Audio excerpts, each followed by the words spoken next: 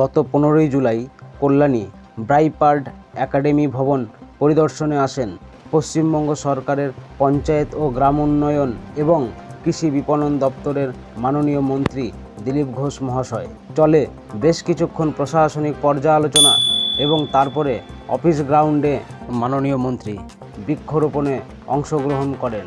তারই কিছু খণ্ডচিত্র আপনাদের কাছে তুলে ধরলাম।